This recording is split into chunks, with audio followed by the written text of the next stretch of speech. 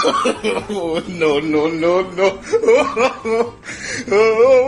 Public जो MMS भिडियोटा आपण माने देखिले सेही भिडियो रे जो महिला जनक निजर बाह्य अंग एवं निजर आभ्यंतरण अंग को कैमेरा आगरे खुलेकी मेलेकी परिदर्शन कराउछंती से महिला जनक को आपण माने भाबुथिबे एही महिला बोली जी कि ओडिशार जने भलो एक्ट्रेस एवं यूट्यूब रे मध्य भलो भलो एल्बम वीडियो तांकर अछि आ तांकर नाम हैला ईश्वरी पंडा। तो समस्ते एही महिला जनकर वीडियो देखी ईश्वरी पंडा भाबी तांको ट्रोल करिवारे लागि पड़िछंती। तो आज आमे एही वीडियो रे सत कोन सबु किछि पूरा डिटेल्स रे एही वीडियो रे देखिबा।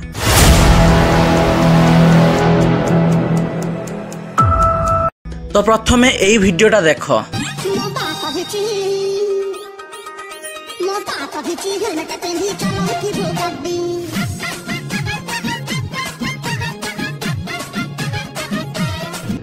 देखिल भल कर चिन्हिकी रखिल ये हैला ईश्वरी पंडा।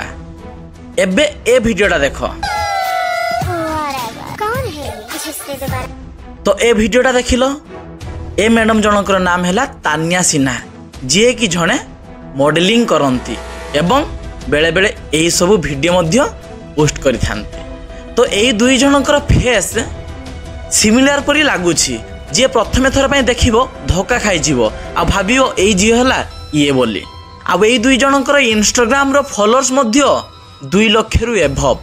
तो एमिति बहुत यूट्यूबर अछंती जो माने एही महिला जनक को ईश्वरी पंडा भाबी नहीं रोस्ट करि सारलेनी।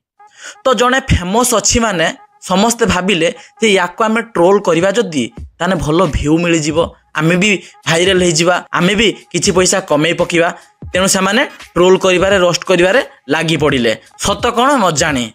आउ किछि जण अछंती जो माने एही वीडियो देखिकी विश्वास करलेनी जे ये हला ईश्वरी पंडा बोली। अरे सी जने एते फेमस झियो गोटे सी एई सब काम कोन पई करथिबो ताको एमिति कोन अभाव पड़ला कि जहा कि जणे जाकी खुलेकी मेलेकी सोशल मीडिया सामने रे निज इज्जत को बदनाम करी एही सब काम करिवो। आम ओडिशार वर्तमान सीजन चली भाइराल एमएमएस वीडियो सीजन। आज ए झीर आस तो काली से झीर आसदिन से झीर आस तो लोक मैंने भाविले जे ए झीर भी भाइराल होते वीडियो तो समस्ते ताको ओरिजिनल बोली भाविने। तेणु कहीं जड़े कौन कला यही महिलांकर वीडियो को आनी ईश्वरी पंडांकर जो इंस्टाग्राम अच्छी से इंस्टाग्राम को स्क्रीनशॉट मारिकी से वीडियो रे लगेकी से समस्त को जणे देवा चाहिला जे ये हला ईश्वरी पंडा कहीं ना फेस टिके मिसुथला बोली। तो आज मु एथिपाई वीडियो बनैली गोटे झील को बदनाम करिया पूर्वरु ट्रोल करिया पूर्वरु ता विषय रे किछि तनाघना नबा दरकार जे से झील एटा रियल वीडियो ना फेक वीडियो।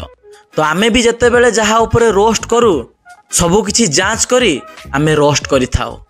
तो एमिति भी किछि यूट्यूबर अछंती किछि न भाबी न बुझी केवल बदनाम करिवारे से माने लागि पड़ी थांती। तो दुई जनकर वीडियो देखिल जानी पारल सत कौन। आ गोटे कथा ईश्वरी पंडा मध्य जते बेले निजर ट्रोल वीडियो निजर रोस्ट वीडियो निजे देखिले जे मते एमिति रोस्ट करा जाउची मते एमिति ब्लेम करा जाउची से निजको प्रूव करिया पय मध्य निजर गोटे बाइट देछंती वीडियो माध्यम रे।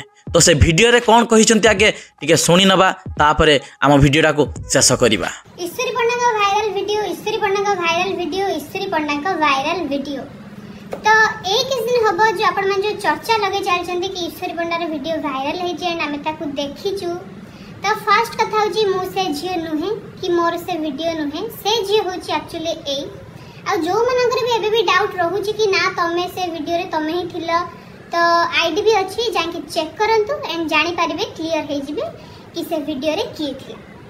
तो सुनी पारिलो सत कोन तेणु काहाकू मिछटारे बदनाम करंतु नाही। जदि एई वीडियोटा यांकर रियल हे थांता ताले मु निजे रोस्ट करिथांती ट्रोल करिथांती किंतु ए वीडियोटा यांकर निजर नुहे तुमको मु प्रूफ सहित देली। तेणु ए भौणी जनक को बदनाम करबा बंद कर।